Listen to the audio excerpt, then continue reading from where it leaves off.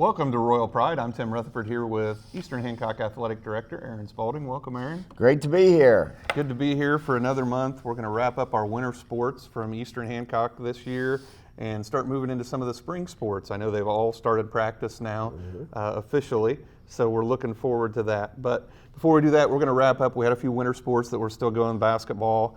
Our boys' basketball season has now ended with a 17-6 record. Really had a good, strong finish to the season, though. Absolutely. Like I said, our last show, I think every sport but boys basketball had wrapped up, at least looking at my notes. But we're going into senior night last time we were here with the boys basketball team.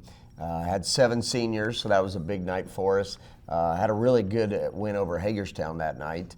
I hope 30-plus points. I can't remember the final score, but it was a great way to send the seniors off. Unfortunately, that was our last. We ran into Shenandoah in a sectional, and they got us in the sectional at their place and went on to win the sectional. But very pleased with the year. As you mentioned, 17-6 on the year. That, I believe, ranks in the top 5 in the history of the school wins. Won the conference, first year in the conference, so that was definitely a good goal to meet. And then the rest of our program is very good. I think we mentioned this last time, but JV finished 16-5, had a great year. And then really all the way through the program, we add up the numbers, all our school teams, which go from 5th grade all the way to the varsity level, they were 101-30. So very proud of our program this year. Awesome, and our boys didn't get the win in the sectional, but I believe Harrell had our sectional ranked as the 7th toughest in the state of Indiana, regardless of class. it was a tough sectional, and congratulations to Shenandoah for winning that. 4 of the 6 had more than 16 wins, I believe, and of our 6 losses, 4 of those teams won their sectional. So this year was a good year for our boys.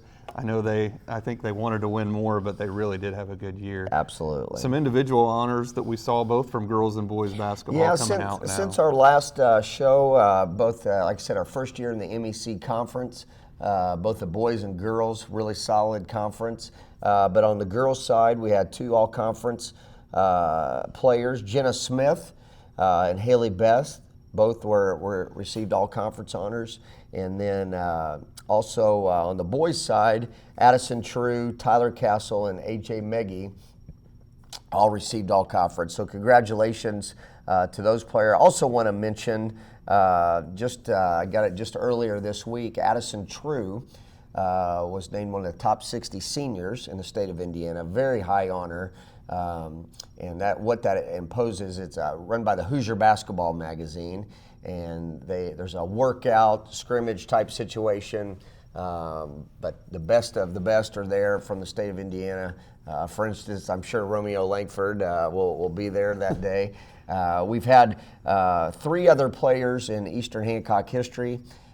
Get that? It was Derek Harmon, Caleb Kennedy, and Dustin Smith, all great players for us. So nice honor for Addison to conclude his career.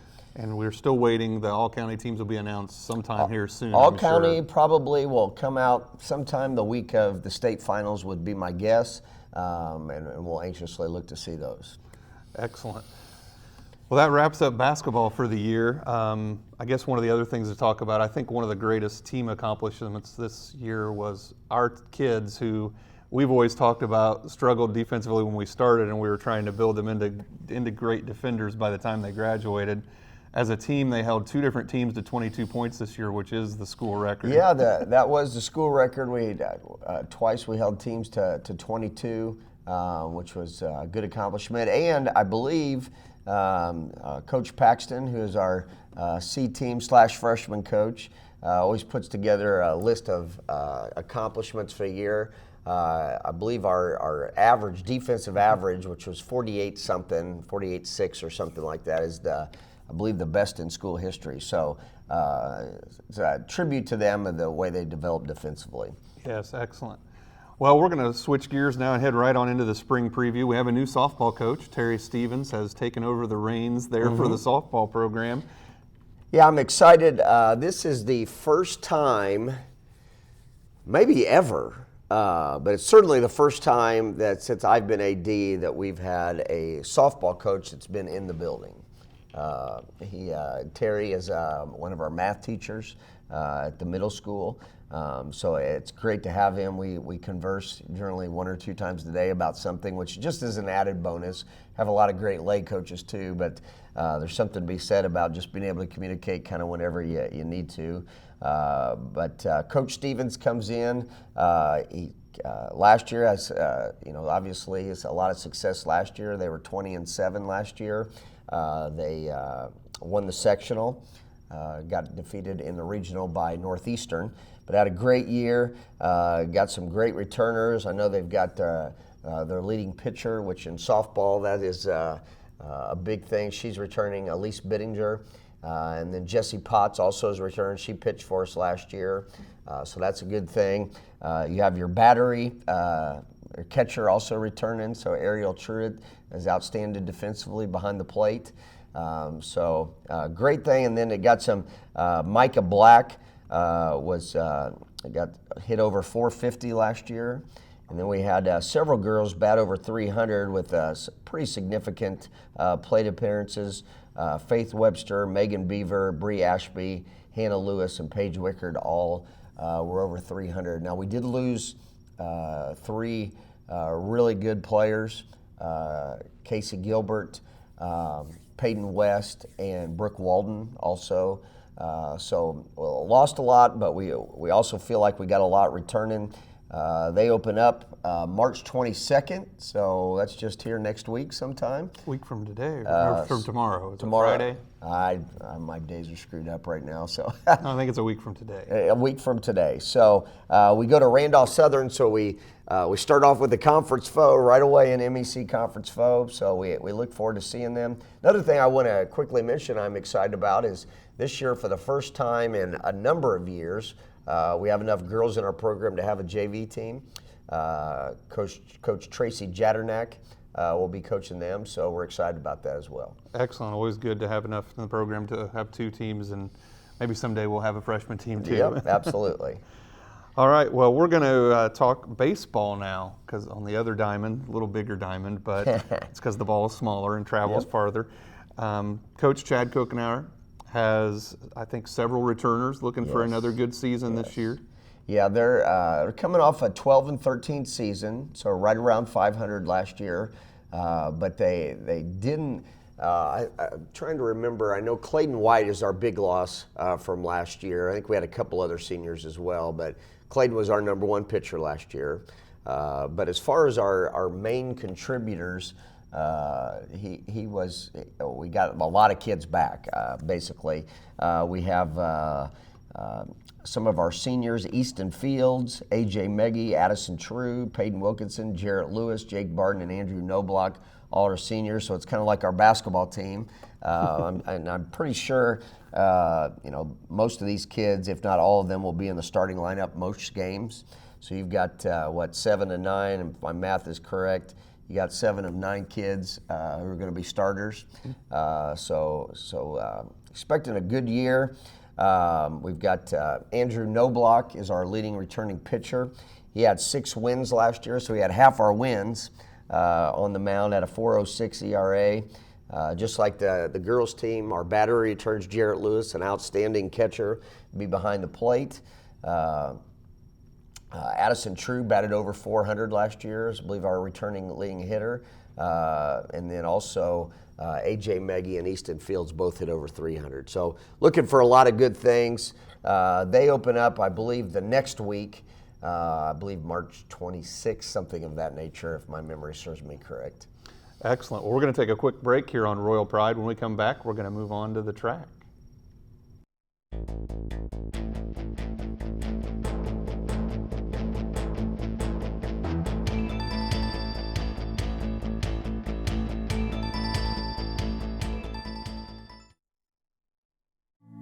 A family farm with a family that does more than farm. A community-owned telecom that connected everything and everyone. With high bandwidth fiber optic, she can run her business while staying close to the people she loves most. And he can launch a promising new venture without leaving the farm. Ninestar Connect. Community owned, community strong. Welcome back to Royal Pride. We're going to move to the track, and they have actually already started their season. They had an indoor meet last Saturday, I believe. Last Saturday, both the boys and girls high school teams participated in the Patriot Invitational at Anderson University. Actually, Jay County is the sponsoring school of that, thus the term Patriot Invitational. Yeah, we participated there Saturday. Had some really good on both the boys and the girls side. The way indoor season meets, I learn as I go here, but there's several qualifying meets. There's another one actually this Friday at DePaul, and then they have at the final, they have the indoor state, which I believe is not this weekend, but the following weekend. But what they do, it's divided into the 1, 2, and 3A classes. So the smaller schools, it's not like 1 and 2A, but it's 3A as well, and then you have the big school division. But anyway, in each event, they take the top 24 qualifiers to go participate in a state meet. And with that being said, we had several individuals who are still in the running. Now they have to stay at it. Like I said, there's another qualifying race this weekend. But on the girls' side, the girls 4x200 relay team, that's Kayla Fancher, Lexi Lumen, Allie Spalding, and Chloe O'Neill. They had a time of 1 minute 55.80 seconds. And if anybody's seen an indoor track, at least the one at Anderson, I assume most of them are the same way, I believe one lap is 200. So whereas a traditional track, that would be a 400. But anyway, they're still in it. The girls 4x400 relay team of Taylor Stein, Hannah Gates, Kayla Fancher, and Chloe O'Neill. Their time was 4:27.21. And then Allison Spalding still in the running in the long jump. She had a jump of 15 feet 1 3/4 inch. I do know that is her personal record because I got to hear about it a lot. So. I wouldn't know why. Yeah. And then the boys also, they have 2 relay teams. The 4x400 relay team of Daniel Campbell, Connor Bennett, Blaze Sarber, and Skylar Schroep. They ran a 3:48.23. And then the 4x8 team of Weston Bishop, Daniel Campbell, Nick Edwards, and Will Huffman ran a 9:09.27. So they all are still in the running for that indoor state. To my knowledge, that's by far the most we've ever had. So looks good so far. Good start to the year. The girls, girls track coach is Jade Gallion, and they have several returners that really helped the program last year. I think there were some regional qualifiers. Yeah, absolutely. Regional qualifiers returning, Taylor Stein, and she's probably a multi, I think the year before she did as well. So she was a regional qualifier in the 400. Hannah Gates was in the 300 hurls. And then Bailey Allen is a returner, and she was actually a sectional champion in the shot put. So even talking to Coach Gallion, yesterday or day before, she thinks we even have an outside shot of when our sectional happens of competing to win the sectional, which Eastern Hancock has never done because you're running. It's a classless sectional. For instance, Lawrence North's the biggest one in our sectional. Now, are we in the same section with Warren Central too? No. No. Didn't we used to be? Yes, we did, and so yeah, it's a very tough sectional. Fortunately, we're not in with some of the juggernauts that we may even. It still would be a really remote possibility, but even to have the conversation is fun. Excellent. Well, and boys track, the coach again this year is Clayton Schultz.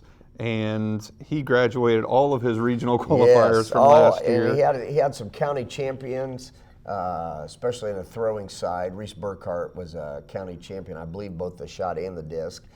He's graduated on, and then all our regional qualifiers. So Coach Schultz has got some reloading to do. Probably leading the way, Skylar Schroep was an outstanding cross-country runner. He was a semi-state qualifier, so I could see him definitely stepping up and having a great year for us. And then we've got, as I mentioned earlier, like Daniel Campbell is in both relays.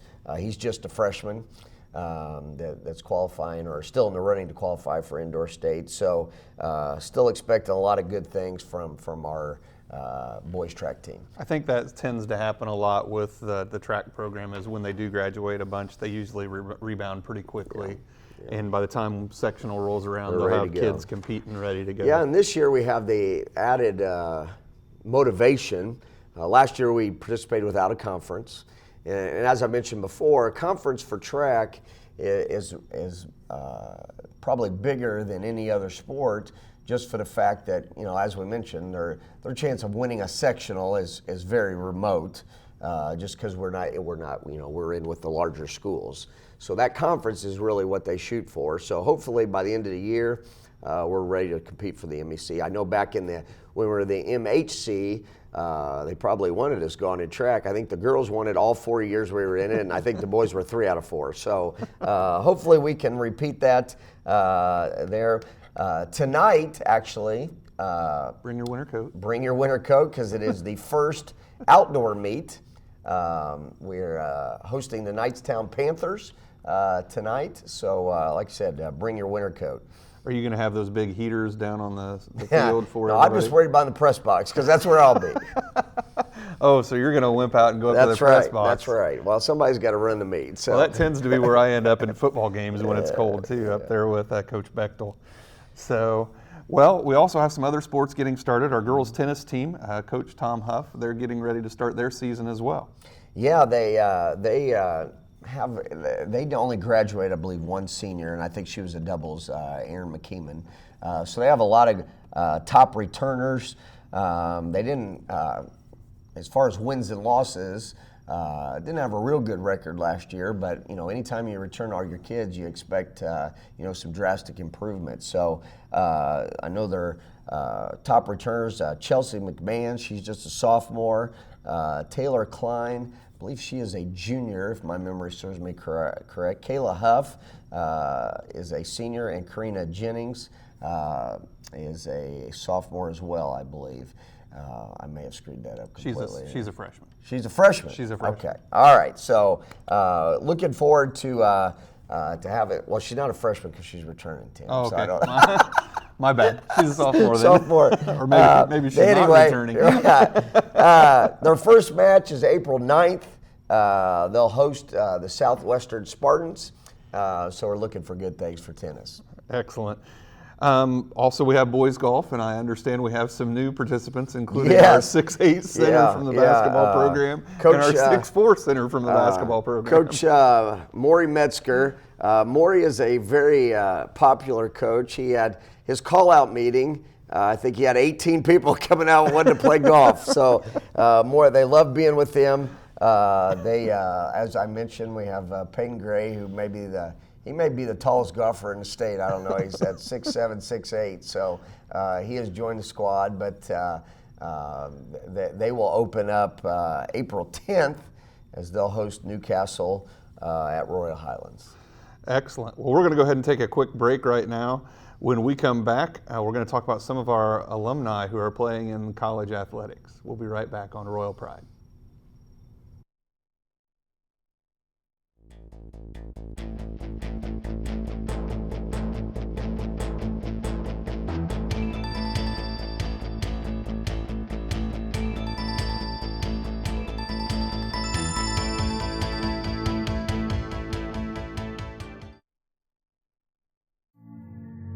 A working mom who brings her best to both roles. A community-owned telecom that connects her home with high-bandwidth fiber optic. Mom can work from home with fast, reliable connectivity and be there when the kids come home. When everyone logs on, the internet connections stay fast and the family stays connected. Ninestar Connect. Community-owned. Community strong. Welcome back to Royal Pride, and it's always good to have an opportunity to look back at some of our athletes who have graduated, who are experiencing success and getting to play at the next level. At Eastern, we have several in the from the spring sports who are doing so. And let's just start with the softball. There are 3 of those, 2 of which graduated last year who are playing, and 1 would has now been graduated. This is her sophomore year or This will be junior her year? sophomore year in college, yes. Yeah, over the last several years, we've had a lot of success in softball dating back to 2013. We won we went to the semi-states, so we won the regional, and then the same just a couple years ago, and then last year we won the sectional. But some of the girls that have really contributed, actually, one of probably still a leader in a lot of our hitting categories. Catcher Savannah Blevins just graduated last year from Franklin. She had an outstanding career there. But anyway, right now who we have participating at the college level, and forgive me if I've forgotten somebody because I may have, but I think I've got who's right now competing. Brooke Walden is at Anderson University. She was our third baseman in both last year. She, I think, led us in home runs, and then was our third baseman on the semi-state team as well. Peyton West is right now at the Calumet College of St. Joseph. That's kind of a mouthful. I'm sure they have some abbreviation, but I'm not sure what it is, so I need to find that out. I did hear last week she got her first college home run. Awesome. And then Darby Shaw on our semi-state team was our leading pitcher during that run, and she's Taylor now. She originally went to IPFW, but decided she wanted to transfer over to Taylor, so she's there this year. And those 3 are all great contributors to their various programs. All right, and on the track, I know we have 4 that are participating, one boy and 3 girls who are participating at the collegiate level. One of the boys also runs cross country, I believe, for Clayton Franklin Brumfield has had an outstanding career at Franklin. He is a sophomore, I believe, as well. Sometimes these kids, yesterday, I'm going to divert here, but Garrett Hancock was in the other day. He used to play basketball for us. He said, "Yeah, I'll be graduating in May." I was like, "You just left last year, so you fast-tracked." You just hit those 5 free throws in a row. It goes fast. But anyway, Clayton is at Franklin, and as you mentioned, he is also an outstanding cross-country runner. I believe he was the freshman of the year in that conference.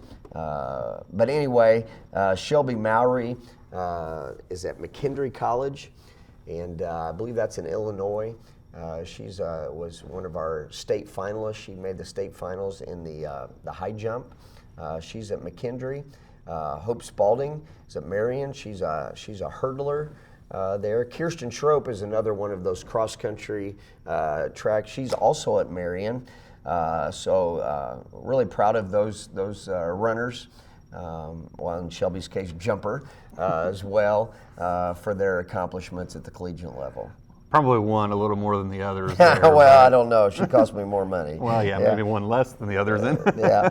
And Marion, I know only have, and some of these other may have, good thing about their girls track team, they won the conference last year, and that's an outstanding conference. And I did notice, I'm going to divert again, they had 2 of the 4 Final Four teams in the men's basketball, Marion and Indiana Wesleyan. So it's an outstanding athletic conference. Excellent. And then we do have a young man who graduated last year who's playing baseball at Anderson. Yeah, Clayton White was our number 1 pitcher for a couple years, as went on to Anderson. I know they just last week went to Florida because his mom works in our office, and she took a long weekend type thing, I think Friday, and she was gone till Tuesday, going down to watch him in Florida. So anxious to see how Clayton does. He's obviously a freshman, he's a young one, but we're expecting good things from him there. Excellent. Well, we have a few things coming up as well with our 3-on-3 tournaments coming up. That's this weekend If Yes, the show's before, that's March yeah, 17th. that's March 17th. So if you're good, here's an interesting story now that we're moving the NCAA tournament. Kyle Guy, who's the leading scorer at Virginia. Well, anyway, he went to Lawrence Central High School here, right around Central Indiana. Well, last year I was walking through the hallway at the 3-on-3, and a gentleman stopped me, and we was talking this, that, and the other, and he said, "Yeah, my stepson played in this tournament, and you may have heard of him. He's Kyle Guy." So Kyle Guy at one time in middle school came over and played in that tournament. We mentioned or talked yesterday when we got talking. I told some other people that story.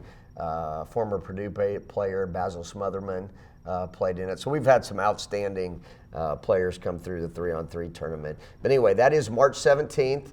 We have all types of divisions. You can still register up to the day of before if you want to come in and register. It'll be 9 o'clock. Like I said, we go anywhere from, we have an over 35 division. So for the old guys, I'd probably need an over 45 division now, but no, you just get Kyle Guy to come play on your team. That's right.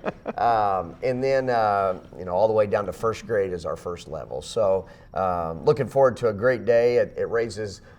We have a lot of fun with basketball, but it also raises money for our athletic boosters. They're the one who puts it on every year. They donate over $20,000 to our athletic programs for various things. So very appreciative of their efforts. And if there are people out there who don't like basketball but are rummage sailors. That's right. We are having an athletic rummage sale in conjunction with the 3-on-3. Our Royal Pride for Parent group is putting that on, led by leader of that is Angeline Blocker. She had this great idea, I feel, where people bring in, we all have got probably mitts and golf clubs and shoes that are probably sitting in the back of a closet or in some garage that could be used by somebody else. I'm right now in the market for an 8.5 pair of track spikes for one of my boys, so if somebody donates those. But anyway, we're going to have a rummage sale where people could come in and hopefully pick up some athletic equipment their kids might need. And then that money, they're looking to buy a new mascot, so a new lion mascot. Ours, I believe, John Collins, who is, anybody knows John, he wore it whenever he graduated in the 90s. He wore the same costume, so we're probably in desperate need of that. Excellent. And then our Winter Sports Awards banquet's coming up Wednesday the 21st as well. Yes, that's where we'll honor all our winter sports. That's Wednesday, this coming Wednesday, which is March 21st. That'll be coming up, and we'll have all the athletes together to do trophy presentations, letter jack presentations, those types of things. And then we'll do breakouts where individual sports will go to their various locations. And we've got just a short time here before the end of the show, so we don't have time to talk about all the Final Four and all that, but who do you have winning the championship, and who are they going to beat on that Monday night in April? I have Virginia winning. Now, they had an injury to their sixth man. It makes me a little nervous. Now, this is really important to me because we have the Spalding Family Challenge, and I've only won one time. I was especially embarrassed when my daughter Allison won. So anyway, that's this week. There's a lot of trash talk at the Spalding household. We have a traveling trophy. If anybody remembers the old Gus Mackers, I had an old Gus Macker trophy that I brought out, and so I'm hoping. I did win last year, so I'm hoping Virginia beats Villanova. Hopefully, Virginia beats Villanova in the championship. Well, I'm going to go this year with a repeat of 2016, and I've got Villanova beating North Carolina in the championship on Monday night. All right.